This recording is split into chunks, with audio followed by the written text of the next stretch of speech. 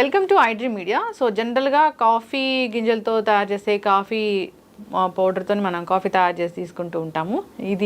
దీంట్లో కెఫిన్ ఉంటుంది, ఇది ఆరోగ్యానికి మంచిది కాదని చెప్తూ ఉంటారు. అయితే ఆయుర్వేద శాస్త్ర ప్రకారం ఒక కాఫీ చెప్పబడిందండి, అది చాలా చక్కటి కాఫీ, దీనివల్ల సైడ్ ఎఫెక్ట్స్ ఏమీ ఉండవు. మరి దీన్ని తీసుకుంటే ఆరోగ్య లాభాలు కూడా కలుగుతాయి. డయాబెటీస్ ఉన్న వాళ్ళకి ఇది చాలా చక్కగా పనిచేస్తుంది. పూర్తి వివరాలు తెలుసుకుందాం. ఈరోజు మనతో పాటు ఉన్నారు ప్రముఖ ఆయుర్వేద వైద్య నిపుణులు ప్రొఫెసర్ డాక్టర్ టి వేణుగోపాలరావు గారు ఫ్రమ్ ఓజోస్ ఆయుర్వేదిక్ సెంటర్ చిక్కడపల్లి. డాక్టర్ గారు నమస్తే. నమస్కారం. డాక్టర్ గారు, మీది ఓజోస్ ఆయుర్వేదిక్ సెంటర్ చిక్కడపల్లిలో ఉంది. చాలా మంది పేషెంట్స్ వస్తూ ఉంటారు, చాలా క్రానిక్ డిసీజ్ కూడా, అది రూట్ కాజ్ అని తెలుసుకుని దాన్ని ట్రీట్ చేస్తూ ఉంటారు. అది మీ స్పెషాలిటీ. సో పూర్తి స్థాయిలో తగ్గిపోతూ ఉంటుంది. అయితే డాక్టర్ గారు, ఇప్పుడు కాఫీ అనేది అందరం ఇష్టంగా తీసుకుంటూ ఉంటాము. అయితే కాఫీలో కెఫిన్ ఉంటుంది, అది ఒక్కొక్కసారి మంచిది కాదు, ఇలా చెప్తూ ఉంటారు. ఆయుర్వేద శాస్త్రంలో కూడా కాఫీ గురించి చెప్పబడిందా? అవునమ్మా, చెప్పారు.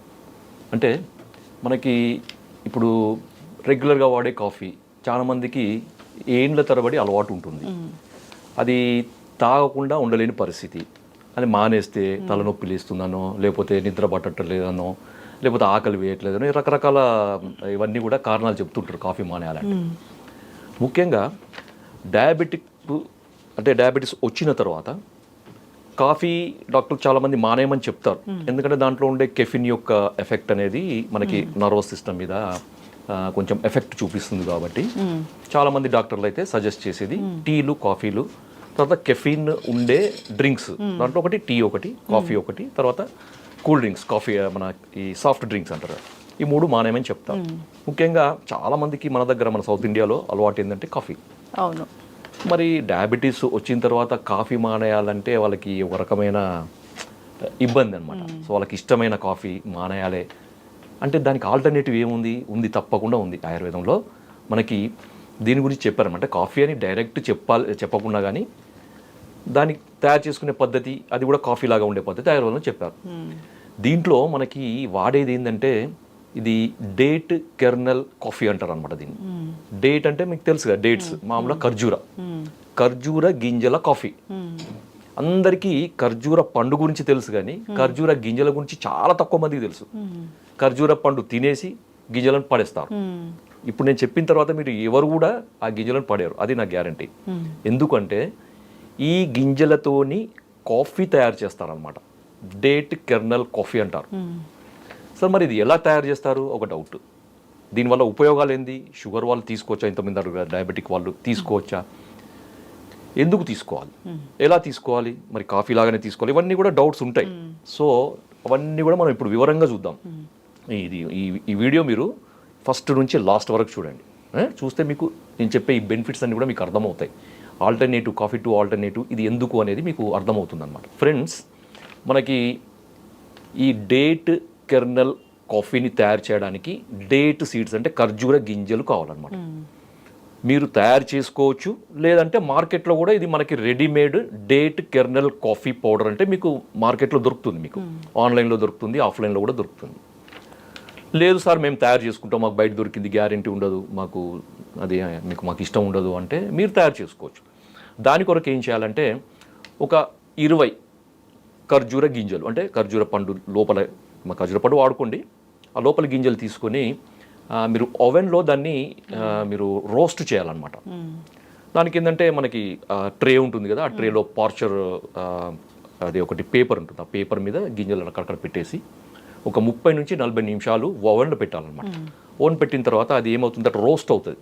రోస్ట్ అయి పెలుసుగా తయారవుతుంది.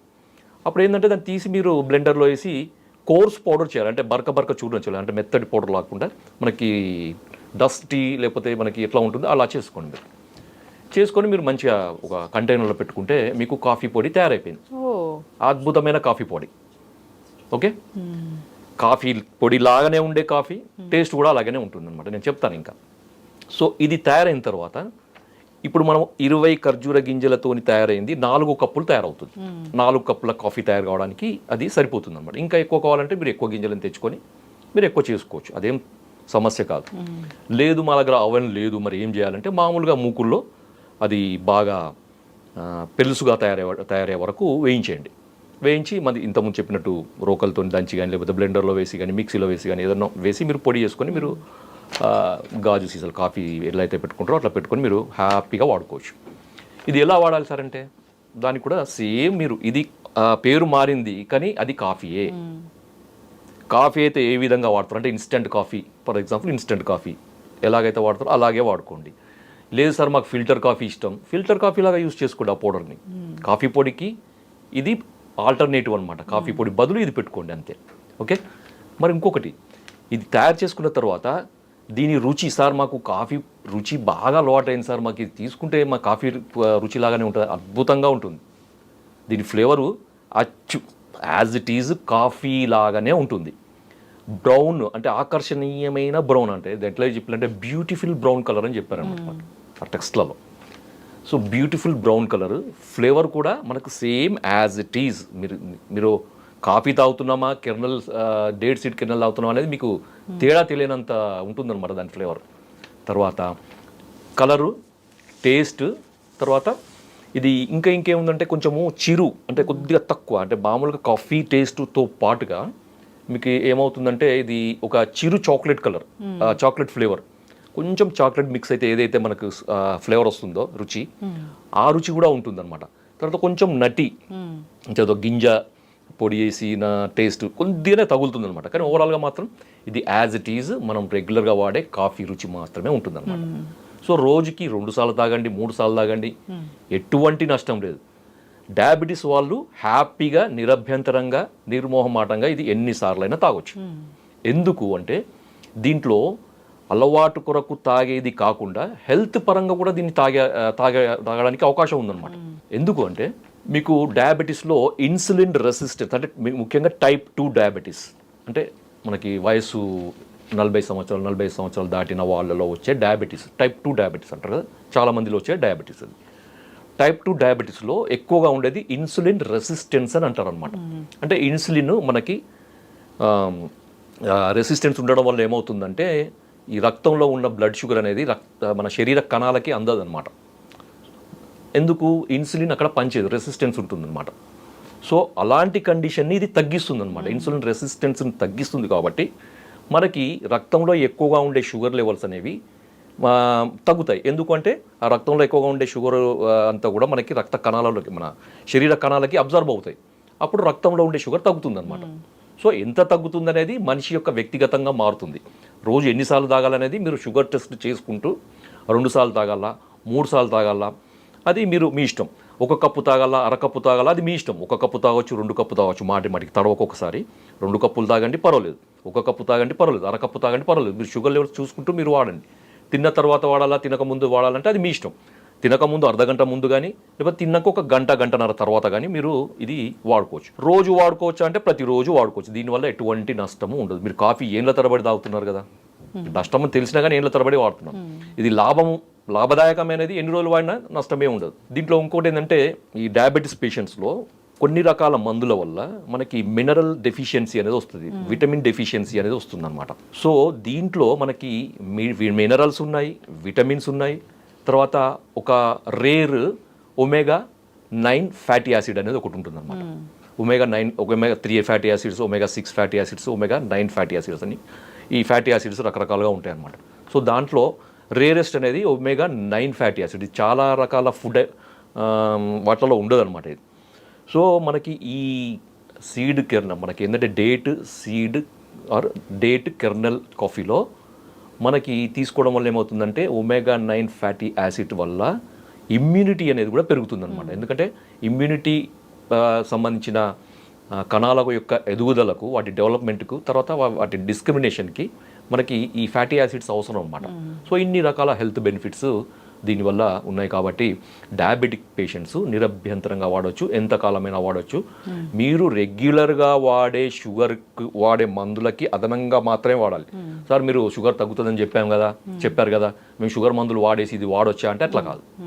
మీరు షుగర్కు వాడే మందులు రెగ్యులర్గా వాడుకోండి, తర్వాత అదనంగా కూడా ఇది వాడుకోండి. ఓకే, అంతే తప్ప నేను మందులన్నీ మానేస్తా, ఇన్సులిన్ మానేస్తా, నేను ఇది వాడేసి కెర్నల్ కాఫీ తాగేసి నేను ఉంటానంటే కుదరదమ్మా. ఇంకొకటి, మరి షుగర్ వాళ్ళే వాడొచ్చా, డయాబెటీస్ ఉన్న వాళ్ళే వాడొచ్చా? యంగ్స్టర్స్, లేకపోతే కొంతమంది పిల్లలకు కూడా అలవాటు ఉంటుందమ్మా, ఎందుకంటే స్కూల్ ఒక 8th క్లాస్ 9th క్లాస్ తర్వాత కొంతమంది పిల్లలకి కాఫీ తాగే అలవాటు ఉంటుంది, వాళ్ళకి ఇవ్వచ్చు. ఎందుకంటే పేరుకు దీంట్లో కాఫీ అనే పదం ఉంది తప్ప ఇది అద్భుతమైన ఇది ఆయుర్వేద మందు ఇది. దీన్ని ఖర్జూర బీజ చూర్ణము అంటారు దీన్ని. సో ఈజీగా వాడుకోవచ్చు, హ్యాపీగా వాడుకోవచ్చు, ఎటువంటి నష్టం లేదు. ఏ ఏజ్ గ్రూప్ అయినా వాడుకోవచ్చు ఇది. ఇది ఎందుకంటే ఆయుర్వేదం ఇది. తర్వాత ఇది సీడ్ కెర్నల్ రోస్ట్ చేసిన పౌడర్, ఎటువంటి నష్టం లేదు. దీంట్లో 0 కెఫిన్, తర్వాత గ్లూటిన్ ఫ్రీ. గ్లూటిన్ అనేది చాలా మందికి పడదు. మనకి కొన్ని డ్రింక్స్లో గ్లూటిన్ ఉంటుందన్నమాట, ఈ గ్లూటిన్ కూడా ఉండదు దీంట్లో. ఇంకొకటి ఏంటంటే కొంతమందికి కాఫీ టీలు తాగడం వల్ల మనకి పొట్టులో అల్సర్స్ కానీ యాసిడిటీ కానీ వస్తుంది. ఇది నాన్ యాసిడిక్ అనమాట, అంటే యాసిడ్ సీక్రెషన్ని స్టిమ్యులేట్ చేయదు. కాబట్టి ఎవరికైతే ఈ యాసిడ్ పెప్టిక్ డిజార్డర్స్ అంటే కడుపులో మంట, లేకపోతే పుల్లటి తేన్పులు రావడము, కడుపు ఉబ్బరం ఉండడము, ఇలాంటి సమస్యలతో బాధపడే వాళ్ళు టీలు కాఫీలు మానేసి ఇది కనుక తాగితే వాళ్ళకు ఆ టీలు కాఫీలు తాగడం వల్ల వచ్చే ఆ సమస్యలన్నీ పోయి హ్యాపీగా ఉంటారు అనమాట. సో ఇన్ని రకాల హెల్త్ బెనిఫిట్స్ ఉన్నాయి కాబట్టి డియర్ ఫ్రెండ్స్, మీరు ఈ ఖర్జూర గింజల పొడి వాడుకోండి, మంచిగా చక్కగా మీ ఆరోగ్యాన్ని కాపాడుకోండి. జై Ayurveda. Thank you so much doctor గారు, చాలా చక్కటి ఇన్ఫర్మేషన్ అండి. అందరూ కూడా ఈ కాఫీలు అలాంటివి మానేసి ఏదైతే శాస్త్రం ప్రకారం ఆయుర్వేదంలో ఉందో అలాంటిది ఇప్పుడు మీరు చెప్పారు, దీన్ని తీసుకొని ఆరోగ్యంగా ఉండాలని కోరుకున్నాం. ధన్యవాదాలు. నమస్కారం.